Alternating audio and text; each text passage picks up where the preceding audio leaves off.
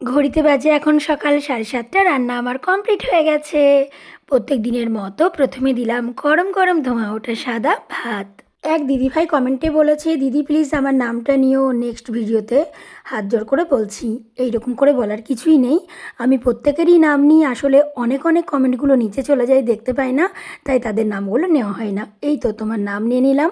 ভালো থেকো এবং আমার ভিডিও দেখতে থাকো। তারপর দিলাম কালো জিরে ফোড়ন দিয়ে মুসুরির ডাল। এখানে দিলাম বেগুন ভাজা, একদম গরম গরম বেগুন ভাজা। তারপর এখানে দিলাম কিন্দুরি ভাজা। কিন্দুরি খেতে তোমরা কে কে পছন্দ করো বলো। আর তারপর এখানে দিলাম লাউ আলু পোস্ত।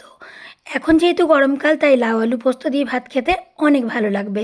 চলো এবার ছোট্ট টিফিন বক্স করে কি দিচ্ছি সেটাই দেখা যাক। এখন যেহেতু গরমকাল, তাই এখন টক দই খাওয়াটা কিন্তু খুব ভালো। এখানে দিলাম ছোট্ট টিফিন বক্সে করে টক দই।